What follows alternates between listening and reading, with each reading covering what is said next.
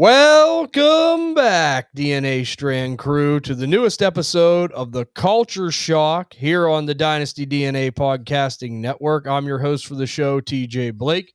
You can follow me over on Twitter at FFTJBlakeDNA. And it's really his show. That's what I say. You know, I just get him from segment to segment. I know he's got so much on his mind. We just bounce from one to the next. It is the cultured one himself, the real host, I should say, of the Culture Shock. It should be Bob Helfert. You can follow him over on Twitter at Biggie Fat Bob. Bob, here we go. You ready to talk some Culture Shock Week 9? That sounds like you're trying to leave me by myself. I don't want that. I don't know if I could do the whole show on my own. Well, I'm here because I know I can help get you back going where you need to go, because I know right. You're so upset about some of these things. But you got a lot to talk about today, and I love the topics. So without further ado, you know, we do this for the Dynasty community. We do this for the Dynasty DNA Strand crew. Everyone wants to know your reactions, your thoughts after each and every week. Week 9, Culture Shock, topic 1. What's on your mind tonight, Bob? So we actually talked about this ahead of time, but what really sparked it, my thought process was I seen somebody post in our Discord channel about sending 2 firsts for Saquon Barkley, and I'm like, oh, that's too much. And the very first person I thought about was go get Rico Dwaddle. Like, are you serious? Like, it cannot cost you that much. We're well past TJ's pair of socks, though, for the Rico Dwaddle, but like, you should be able to get him for either a single first or a second and some lower end player, like a wide receiver that, you know, you drafted this year, that maybe, you know, a Coker or a Higgins. I don't know if I would trade Higgins, but Royals or somebody like that. Like, try and like finagle, go get your RBs cheap, because like, you spend all that capital to go get one guy and it doesn't work out, or they have a mediocre game that knocks you out of the playoffs. You're just going to be aggravated. You want to use those first on multiple shots, not just one shot. But yeah, like today, Rico puts up another 190 something yards total. Oh, I'm sorry, 141 yards of total offense and 2 scores. Are you serious? Like, we should be, I don't want to say putting Chuba to passer, because he's still got the contract, and I'm sure he's probably going to be a good change of pace back still. But like, at this point, I wouldn't be surprised if they try and throw Rico some money too. But if not, I could see him being on another team and being a lead dog in a backfield. Not necessarily like, you know, pure dominance, right? Because like, I don't think that we should ever expect that anymore from our running backs. We should expect all of them to be in some kind of a committee, because they all need a break, man. They're going through car wrecks every week, and it's like, I don't even understand how people are just like, oh yeah, let's get this guy because he's on the field all the time. That's not good for your players, especially in Dynasty. So, and we get numerous questions all the time on the chats and everything like that, and I love the questions. I want interaction, but I would love to see more Dynasty related interaction, because I mean, obviously start sits are great, you know, week in and week out, but man, when you're talking about trades, like, I have a hard time even thinking about things in a redraft aspect. My wife we were driving back from vacation. If y'all missed the Dynasty, you know, whistle to whistle, I was on vacation. And when we're coming back, my wife's over there doing the typing. And she's like, what do you think about that trade? I'm like, I don't do redraft. I suck at redraft. So it's like, I can't even begin to tell you if I think it's a good deal or not. So, but Rico, yeah, I would be well advised or whatever. I think that I would be going to buy Rico still, and hopefully you can still get him kind of inexpensively, but the price keeps going up. But if this dog water team in Carolina can win games behind Rico Dwaddle's running, he's going to go expensive. Yeah, and you know, that's why I wish so many people were listening to the Dynasty DNA Network all off season, because you're a guy that likes to go 0 RB. I said it, like, go get him for a pair of socks. I had a feeling that this was going to happen. Chuba Hubbard's a guy that never has a clean bill of health. And whenever Rico Dwaddle got the opportunity, he took it and didn't look back, rewarded the Panthers. Look, and this is huge. They named him as the starter in this game. And what happened? They defeated the Green Bay Packers, right? And he looked really good, and he had a big part in doing it. I really think that this is definitely his backfield now, Bob. Like you said, I'm not going to put Chuba out the pasture either. I like what you said there, because I love Rico Dwaddle, but he's a guy who could get a little nicked up too. Running back is a tough position. So, look, if I have Chuba Hubbard, I think this is for a lot of people out there right now. They're just really upset with what's happened here. Like I said, we kind of seen it coming, but maybe everyone didn't. If you have Chuba Hubbard, just hold on to him right now. Like if I have him, I'm going to hold on to him. If something happens to Rico where Rico goes down, if Chuba has a massive game, I'm going to try to move him as fast as I can. Right? Like if I'm going to try to take advantage and sell at that point, if I can try to take advantage of it and do that. So it does kind of suck if you're a Chuba owner, but as we said, Rico Dwaddle, go out there and get him, for that pair of socks. We always made fun of that. We laughed about that, but that was the truth. You could get him for that. Now that price tag's gone up. I'm just kind of curious, though, Bob. You said that maybe perhaps a late first you'd be willing to dangle for Rico Dwaddle in 2026. Would you be willing to go that high? Well, we know how I feel about 26 first. Like if you could send that 26 first and maybe get a 27 third back, or if you could do the opposite of what I was talking about. Send your 26 first and maybe get a Jaden Royals and Rico Dwaddle, or somebody that something that if you see a little something like another guy on this team, Mitchell Evans, tight ends. We're going to get into that here in a minute. He's not had bad games. Like he may end up being the tight end one for this offense, or he may end up going someplace else. I mean, he was a prolific college tight end or whatever. He's just kind of stuck in a not so great passing situation, but Rico's doing all the business there. So maybe you can get a flyer, and maybe you could send a first and get Mac Jones and I don't know, maybe you send a first and a third or something and get Mac Jones and Rico Dwaddle. I don't know. You can find deals that are crazy, but like 26 capital, we've talked about it ad nauseum. It's gone. The pirates can steal it off my porch, as you've said before. But that's right, man. Package Pirates taking Bob's 2026 picks away. But the last thing I want to say, there's one that I really like. I don't know if you could get it done, but there are some people that still believe in this guy. Why? I don't know. Could you trade Kenneth Walker for him? Could you trade Kenneth Walker for Rico in some world, some form or fashion? I would try to do that if I could do it. I just think that's going to be a better move for you. Because I think after this year, Kenneth Walker is going to be more of that change of pace type of guy, more of a yin to a yang type of back in another team. And if he couldn't do it in Seattle, where, as Bob said many times, where they want to run the football, we all know it. So, if he can't do it there, I don't have real good hope anywhere else. So yeah. I give you a little insight. Like I was trying to get Oronde Gadsden last week, and I sent basically two tight ends. It might have been Andrews and Likely, you know what I mean, to get Gadsden. Because I'm like, Andrews is on the way down. That Likely gives the guy something to be hopeful for, but I don't know, blah, blah, blah. And he counters, and he wanted Chuba and Rico. I absolutely had both of them on the team. And I'm like, man, I don't know if I could do that. So I'm like, I'm looking. And I offered him Walker and Pollard, and he took that. So I was more willing to get rid of Walker and Pollard than I was to get rid of Rico and Chuba, even on the same backfield. So yeah, that tells you anything. I like the move, Bob. So Rico Dwaddle, as Bob said, I do think this is for real. If you want to go out there and get him, go get him. If you have Chuba, just be a little bit patient. Maybe wait to, unfortunately, if something would happen to Rico where he got hurt, maybe you could get back into maybe having some value in Chuba again. But it is Rico Dwaddle's backfield right now. I truly believe that. This was a big day for him. The win was big for the Panthers. So, Bob, topic number 2, where are we headed? So we were just talking about a little bit about Oronde Gadsden, and I think the tight ends are starting to take over this league. You look at some of the way these things are going on, and it's the number one thing. It's super cheap. When you start looking at NFL contracts, and it's like, we're playing Dynasty. Do yourself a favor. Just go check contracts out every now and again. Nothing nuts. You don't have to microscopic dig into it. But tight end contracts are wicked cheaper than wide receiver contracts are. They're so much closer to the line. They're generally better health-wise than the wide receivers are. They don't, they just don't get nicked up as much or whatever because they're tougher guys. Unless they're Coppets. And then, so you go on and on. It's like, it is what it is.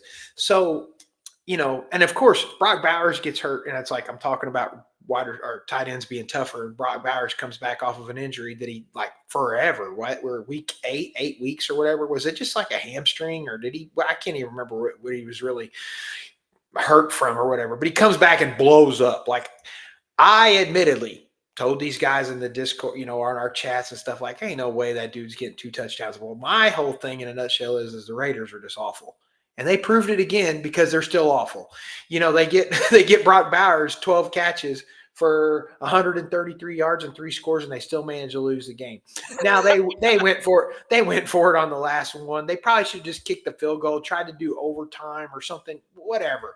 Like, it's 2 different bad franchises going at it, like, in a slugfest. I think Anthony Richardson's teaching them how to box. So it's like, whatever. It's a bad deal there, right? So, but Colson Loveland has a good game, rookie, one of his big breakout games. And if you've seen the game, I will bash on Caleb Williams because, like, outside of that 21-yard run, he didn't do much to win that game. Like, he threw the ball. It was right there. Loveland bounced.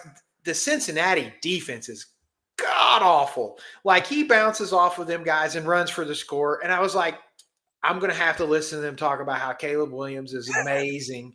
And it's like, come on. And I mean, Ben Johnson's this guy, right? Like, the catching. And it's funny because, like, when I seen that trick play where Bagent threw it back to him, I'm like, man, Bagent's got some design on that ball. Like, it looked good coming out of his hand. And it's like, it is what it is. But it's like, we keep hearing reports that Williams is, knucklehead in practice or whatever. It is what it is. I don't want to get on the Williams train. But, like, Colson Loveland has a great game. Dalton Kincaid, 6 catches today for 101 yards and a touchdown. Laporta, 97 yards and a touchdown. Mark Andrews coming back to life, 26 yards, but 2 scores. Like, that's what Mark Andrews is going to do probably the rest of his career.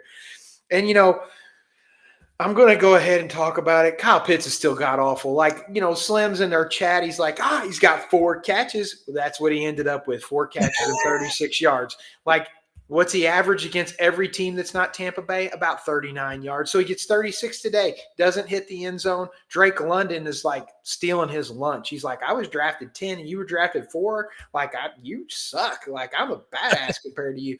So it's like, whatever, it doesn't matter. The ghost of Dalton Schultz had a good game today. I mean, we're like, there's a lot going on. And even my boy Rondé Gatson, 5 for 5, 68 yards.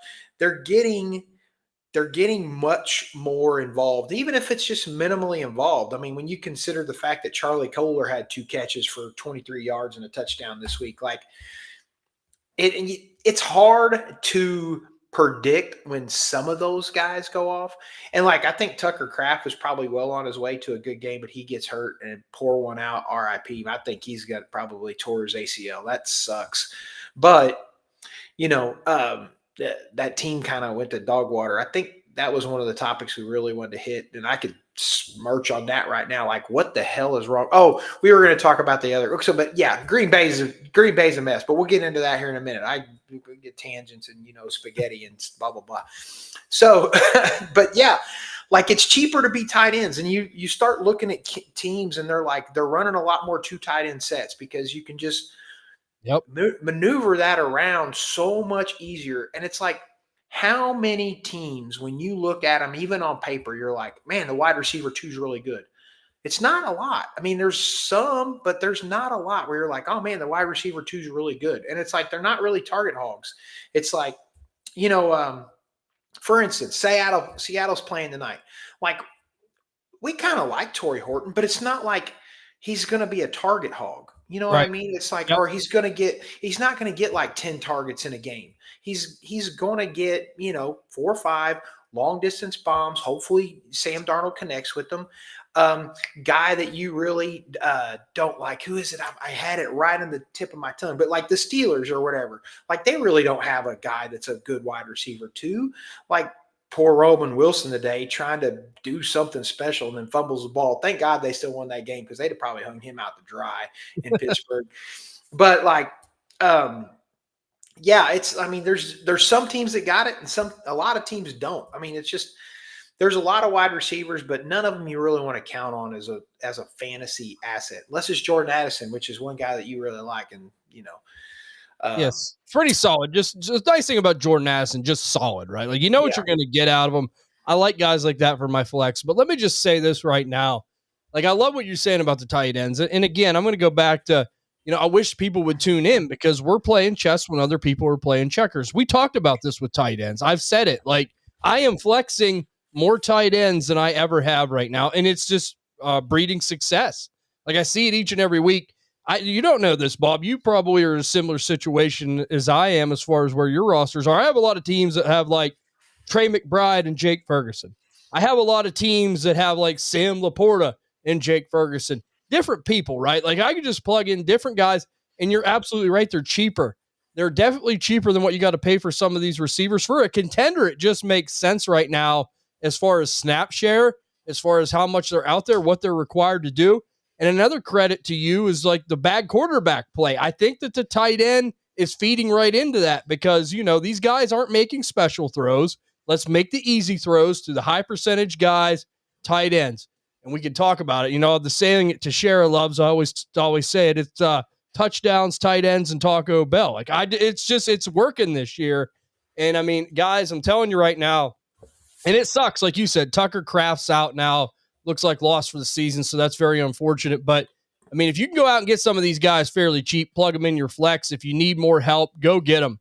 26 first, I don't mind trading a 26 first for a lot of these tight ends. Jake Ferguson, no problem, right? Sam Laporta, if I could get up a little bit more to get him, no problem. And these guys are all reliable. And like you said, a lot of these wide receiver 2, 3 type guys have been so hit or miss where these tight ends have been getting 10, 14 points a week at least, and maybe more. And like Brock Bowers, that was another thing when playing chess with other people playing checkers. We said, go take advantage of this right now. I bought him in 2 or 3 leagues, fairly cheaply considering what he was going for. And it's looking like a genius move right now. So love the tight end shout out, Bob. It is very prevalent in Dynasty. And I'm telling you guys, try to use that to your advantage. This is the season of the tight end. No doubt about it. Now things change. We got to play it 1 year at a time. Right now is the year for the tight end. Bob, topic number 3, what do you have? Let's just go with the inconsistency of the NFC North. When you got 4 teams with 5 wins and the one that's in the lead is 5-3-1, like a stupid freaking tie. First off, I hate ties. I can't even begin. And I know that these guys are putting their bodies through something, but like, fine. If after 5 quarters or whatever, you're down, like just put the special teams units out there and kick field goals and move them back 5 yards every time until somebody misses a field goal. I don't know. Something's got to be better than having a freaking tie, but whatever. Caleb Williams, like I don't want to say I'm going to eat crow because I'm really not. I watched the game. What I saw of the game, I was like, he's still holding on to the ball way too long. That dude left so many. He's the QB1 on the week so far, and he left tons of points on the field. Like he could have scrambled and had all kinds of yards because he's trying to do hero ball. And it just so happened that he's playing a team this week that it worked because the Bengals are not a tough defense. Again, the 21-yard scramble at the end of the game was really the key point, I think, that really helped him out. And then he got a ball to Loveland that Loveland did the rest of the work. Actually, Jordan Battle did the rest of the work. He totally botched that freaking tackle. But whatever. I digress. But and then Loveland got in the end zone. They wouldn't have won that game if that wouldn't have happened. But it is what it is. But he played well enough, but he left so many points on the field. And I was just like, come on, dude. Like, you're just dying to take another sack. And I don't understand why, but whatever. But then, like, what about Green Bay, man? This is dumb. Like, I don't even understand, like, is it they just don't get up? First off, we talked about how bad Pittsburgh's uniforms were last week. Yeah. The Green Bay Packers, that was the dumbest thing. Like metal, like straps painted on your helmet. Like, stop. That was just so stupid. Like, even if they, you know what they said, Bob, to the Steelers? Hold my beer. We could do one. oh my God, they were so hideous. Like, even if they just had the Green Bay helmet on with the jerseys, I would have been like, okay, fine. But like the stupid leather helmet look-alike helmet, that was so dumb. The only one that looked right was Xavier Williams, and it's because he's got a dang mushroom helmet on his head. You know, the Guardian helmet or whatever. And I think Dobbs has it too. I know there's like two of them that are pretty prominent. But whatever. So like, I don't understand the inconsistencies of that team. Is just like nuts. Like, I was offered Jordan Love for Josh Allen a couple weeks ago, and it was a part of a bigger deal. But like, I was just like, I don't trust Jordan Love to be consistent. And I know that you really like Love, and I mean that's the same thing with Caleb Williams, man. It's like he's just not consistent. And then we got Jared Goff. We talked about, you said a couple weeks ago or whatever, you needed like 20 points from Goff or whatever on a Monday night game, and he just choked it up for you. And it's like, this week he has this big blow up game, but they lose. And it's like, who's the last team I'm forgetting to mention here? Minnesota. So like Minnesota, they finally get their QB back, and we'll talk about this here in a minute too. JJ McCarthy, like, kind of looks the part. He scrambled around a little bit, he's got two of the best wide receivers in the league, and a aging TJ Hawkinson that still can get it done a little bit. He's not an asset that I want to be going out and buying or whatever. And I talked a little bit about Hawkinson at the beginning of the year, and he's probably a little more done than I would have thought. But I also think that if JJ McCarthy was there the whole time, it probably would have helped Hawkinson out a little bit. But, and again, tight ends, like, you know, he should be able to be open because of the two wide receivers. But I digress. It's like they all need to realize they need to run the ball much more effectively. And I just don't think that they do. I think that, and it's hard. I can't imagine it not being hard if you're JJ McCarthy seeing Justin Jefferson, Jordan Addison out there, and then you want to hand it off to the oldest, you know, one of the oldest running backs in the league or whatever, and Aaron Jones. And like, I mean, it's just, but they end up winning the game today. And, you know, spoiler, you know what I mean? I think that a lot of teams think that Detroit was just going to walk over everybody. And I don't know. And I mean, I think Green Bay, people thought Green Bay was just going to run away with this. And it's like, it's like this. So, this was media crap. Go ahead. This was media driven though. Like, I mean, like, and even we kind of bought into it, right? Like, all the excitement of how good this division could be. And I do think it's a good division, but like, you nailed the single greatest point to me. Whoever's going to separate themselves from this pack in this division is going to be the team that runs the ball the best down the stretch. Run the ball, play defense, play off, play action. Like, whoever does that the best is going to win. I still tend to think it's going to be Detroit, but they do have, and I think what's really ailing Detroit more than anything is like all the turnover at the coaching positions. We talked about that. Like, I'm just not surprised. Minnesota has a lot of pride. We talk about them. They have a great win percentage in the history of the NFL. They played this team tough. It's a divisional game. They were able to get the W today. But Green Bay, what Green Bay did was absolutely inexcusable, right? And, you know, just talking about Jordan Love, yes, I like Jordan Love, but he's going to have to grow in moments like this and be like, no, I am this good. I can take this team here. We haven't really seen that yet. Like I said, I can't be too biased. I like Jordan Love, but as far as like an NFL standpoint goes, we haven't seen that yet, right? So he's going to have to try to get them over the hump. They needed him today. It didn't happen. And now with Tucker Kraft gone, the big question is, okay, your favorite weapon's gone. Now you're going to have to rely on your Goldens, your Dobbs, people like that. Well, and Golden and Watson were both out today. Like, Watson played one game. Like, I seen people, and I mean, I got a league that's a home league with my son's buddies, and most of them are mentally challenged for the nicest way to say it. Like, they got their teams, and this dude trades like a first or whatever and gets Watson. I'm like, you got to be kidding me. Like, he played one game, and it's like, and now it's like, you don't have Watson. He did play today. Did he? I didn't see him, but that doesn't mean anything. So, yeah, well, he was there, but he wasn't there. He had 2 catches today. He had 7 points. But see, though, that's what I'm saying. Like, the thing is they got to get more consistency in that wide receiver room. They have to run the football. They have to play defense. And Jordan Love and the receivers have to start doing enough to take this offense to the next level. Agreed. And until we see that, they're just going to be average. And that's why I still think Detroit wins this division, and we'll see from there. But you're right, Bob, and I love that point. So run the ball, play defense. Whoever does that, I think is going to take full advantage. I just think Detroit's a little bit better equipped to do it. We'll see if they can get back to it. But this division's going to be fun down the stretch, especially with Teixeira. Teixeira was bringing up the fact that Detroit or whatever lost a whole bunch of offensive linemen or whatever in this game. And that if we're not learning anything from the NFL, man, you start losing offensive linemen, it is so hard to catch up. Like, I mean, I don't want to talk about the Chargers here, but like the Chargers losing Joe Alt again. Like if he's out for the year, man, that is going to be such a detriment. They luck out to win this game because they're playing not a good team. So, yeah. Yep. Okay. So the NFC North, Bob's got eyes on them. Who's going to try to separate themselves from the pack, look a little bit more consistent, look a little bit more the part? So who's next on the target list for today, Bob? So we go from NFC North talk to J.J. McCarthy versus Michael Penix.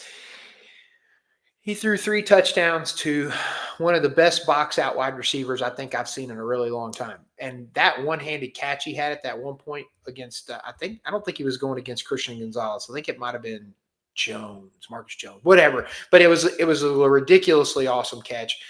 Very not necessarily up in the air, Odell Beckham-esque, but the one-handed grab or whatever looked really good. And Drake London had one hell of a game. And Michael Penix targeting him is awesome, but if you only got one weapon, man, it's really hard. And it's funny. The very first thing that popped into my head when you said Christian Watson had 7.1 points or whatever, I was like, oh, he had a Kyle Pitts game. So I was like, like he's open. He's as good as, Christian Watson. So, but yeah, it's like, I still can't do it. Like I can't do the left-handed QB stuff.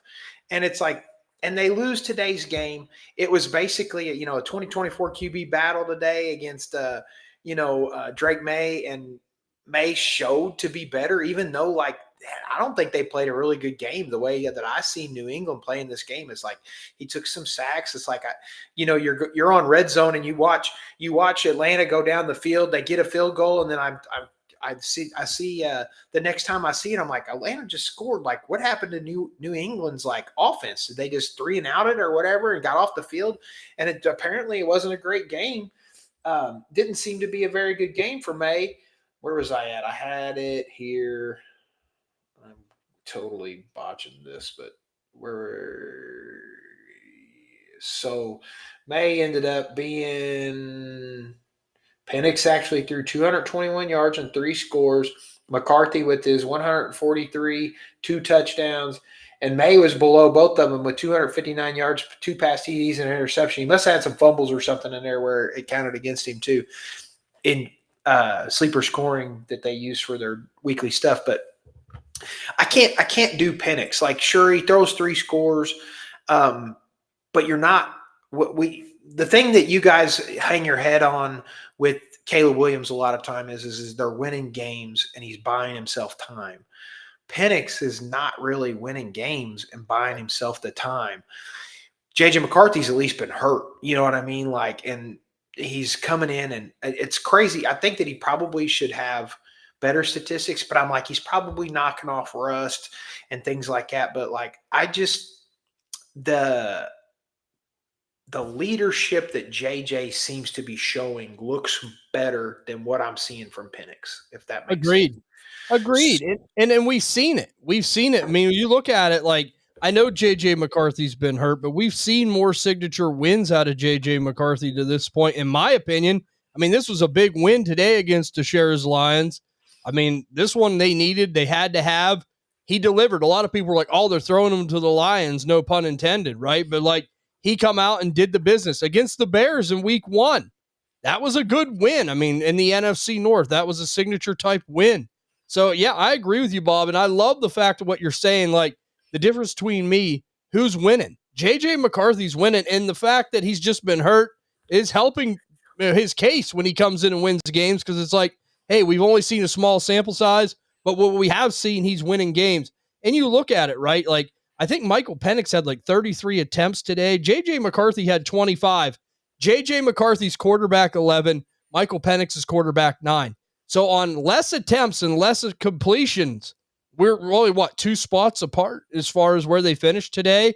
I mean, this was an ultimate effort for Michael Penix even to get to the 9 range. There's a lot more to be desired there with J.J. McCarthy, in my opinion. Like, if he could clean up the accuracy things, if they can try to get on timing, and a lot of it's probably just rust and timing because he hasn't practiced, hasn't played with some of these guys. But you look at some of this stuff, man, I still see there's a pretty big ceiling there with J.J. McCarthy.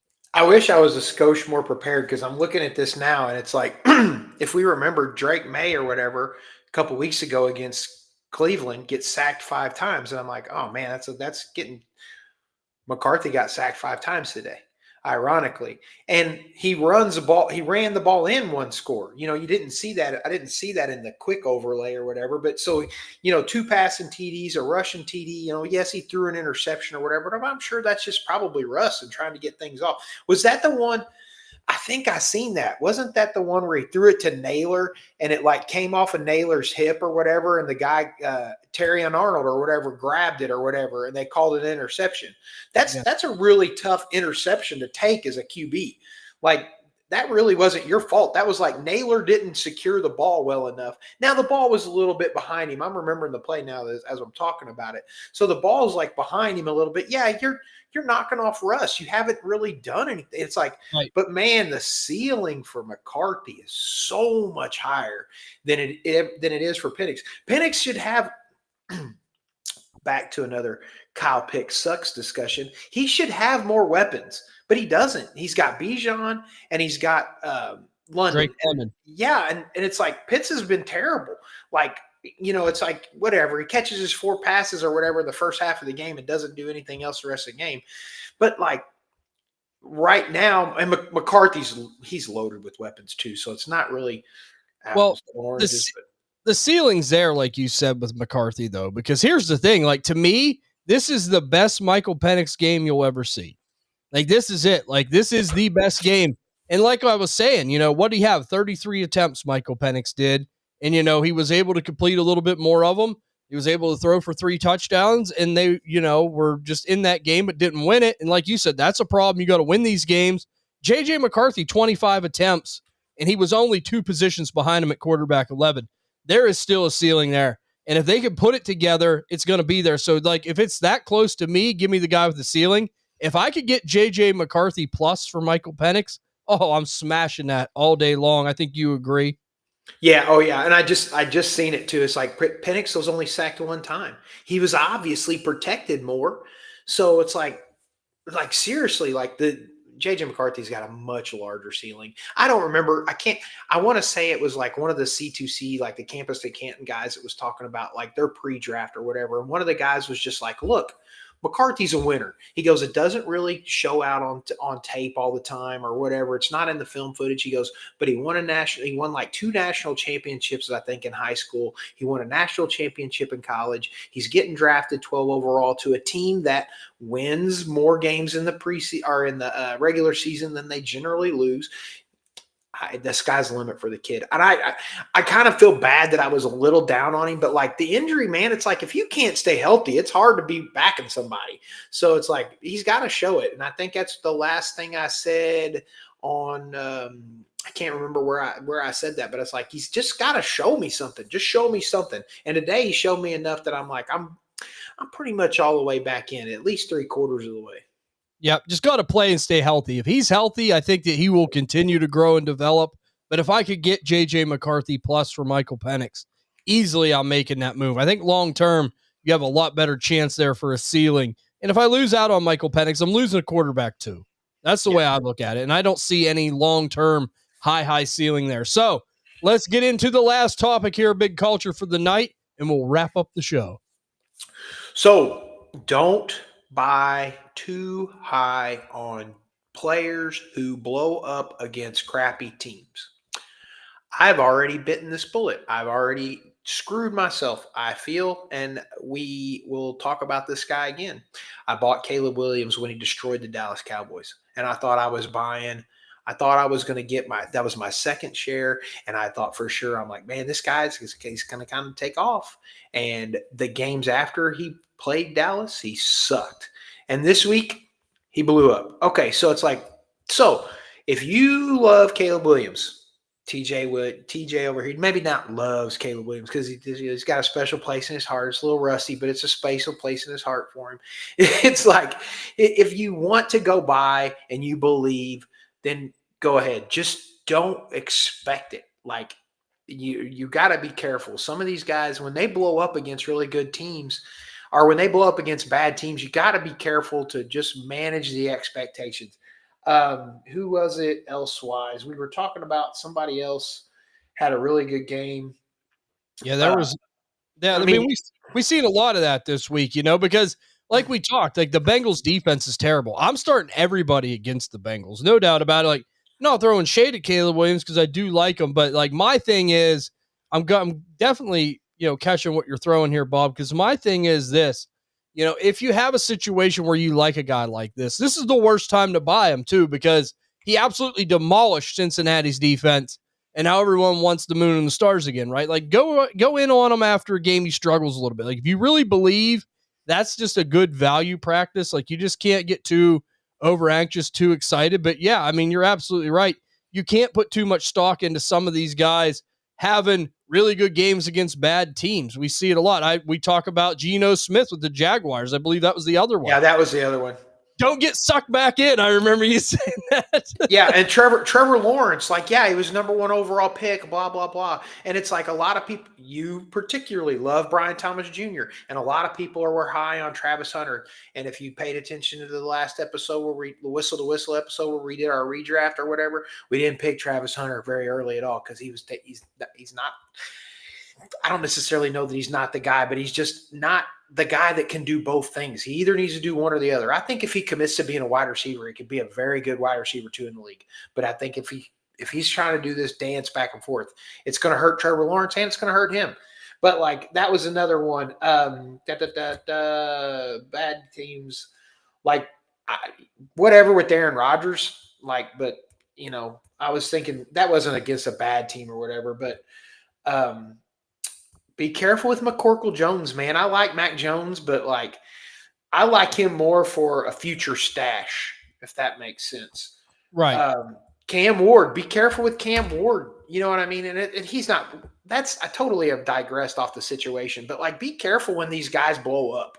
If they have blow-up games, period, be careful of, like, is the guy making a step? Watch your footage. Watch and see what's going on. Like, did the team that they played against play bad? Or are they playing a dog water team? Like, we're more than likely going to see Jacoby Brissett go off against Dallas tomorrow, right? Or yeah, Monday Night Football. But here's the thing, though. Here's another one for you, like prime example. Why do we believe in Rico Dwaddle? Number one, he was named the starter. Number two, this was a tough matchup this week. Any way you cut it. Like, and the thing is, Green Bay knew that Carolina was going to want to run the ball because they knew that Bryce Young isn't anything special. They knew they were going to do it. It was a tough matchup, and he did it. And everyone knew that he was the starter coming in. So it just proves to me, like, okay, there is vitality in this, right? Like, when we talk about some of these other guys, I need to see more. I need to see it against better competition. So I agree with everything you said there, Bob. I think that was a good point on your part. Yeah, I think if you can see a player go off against like Green Bay's running attack, you know what I mean? Run defense, Cleveland's run defense, or I'm trying to think of who's a very good pass defense off the top of my head, and I really can't come up with anybody off the top Houston of my head. Texans. The Houston Texans, right? Legitimately, like if somebody goes off against the Houston Texans pass defense or whatever, then like that's when you're like, oh, okay, take notice. Don't go buy then, because a lot of times that's when the prices are gone through the roof or whatever. But just be careful. And it's like low-key sixth topic here. There's a lot of QBs that have played this year, a lot, and there's going to be a lot that need to be. There's going to be. I legit my blackboard topic for the week. I can kind of bust it out when we get to Thursday. I'm going to talk about teams that's going to need a quarterback next year. There's going to be a lot. I won't be surprised if I don't have at least 10 names that need quarterbacks. And we don't have 10 quarterbacks coming in the NFL next year. There might be 10, but they ain't going to be 10 good ones. And there ain't going to be 10 good ones in the 27 class either. We're going to have a quarterback deficiency real soon. And I mean, that's been That's been talked about for the last 5 years. But when I think we're averaging like 60 plus quarterbacks have started games in the last 2 or 3 years. Like Yes. it's bad. And it's like, it's like I was talking to a buddy of mine or whatever. I can't even remember if it might have been one of you guys. It's like the thing in a nutshell is most kids when they start going to play football, do you want to be the guy that's you're like if you're a big guy, 6'5", moderately built, you're strong or whatever. Do you want to be the guy whose name gets yelled on Friday nights, or do you want to be the guy who just protects the quarterback? I can't imagine that it just is you don't fall into those positions. You either decide you want to be a protector or you decide you want to be a hero, or somebody whose name gets yelled. So those guys either they go one way or the other. They're all kind of the same size. You might shed a little weight and decide you want to rush the quarterback because you want to hit the guy and you want your name to be shouted. The guys that want to not ever hear their name and protect the QB are few and far between. And that's what happens. And then on top of that, we got guys that, no matter how much they study and this and that, they got to fall into the right situations and they got to be kind of nurtured. And QBs, man, it's tough. We don't have 28. I don't think we got 28 good QBs right now. And it's going to get worse. Yep, we're definitely digging at the bottom of the barrel. But what a great episode. What a great episode here tonight. We appreciate everyone tuning in with us. Guys, if you are enjoying the content on Spotify, Apple Pod, Stitcher, Amazon, all the big podcasting platforms, please follow and 5-star the show. It greatly helps. We so appreciate it. We hope we're helping you along the way. We talked about a lot of these topics a few weeks back. They're coming to fruition. If you are listening and making some of these moves, I'm sure it is helping. That's what we're all about here. We want to help the DNA Strand crew get to a championship, and we got the best analysts in the crew here to do it. I'm lucky and fortunate to have them all be a part of the team.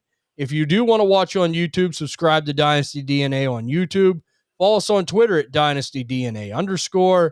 Join the Facebook page, Dynasty DNA Fantasy Football Network. Teixeira's been doing a great job. Bob, Mike, other people doing reels over there. You got to get over there and check that out as well. I know I speak for Bob and everyone here at the Dynasty DNA Network when we say, we hope you guys won all your matchups here in Week 9. Good luck to all the players that you have in your lineups remaining. Hope you do win them if you need to pull them out. But until the next episode, we will see you all on the next episode of The Culture Shock. Bye. I thought I'd leave. I was gonna say something about Atlanta's number one against tight ends. They even stopped their own tight end from scoring.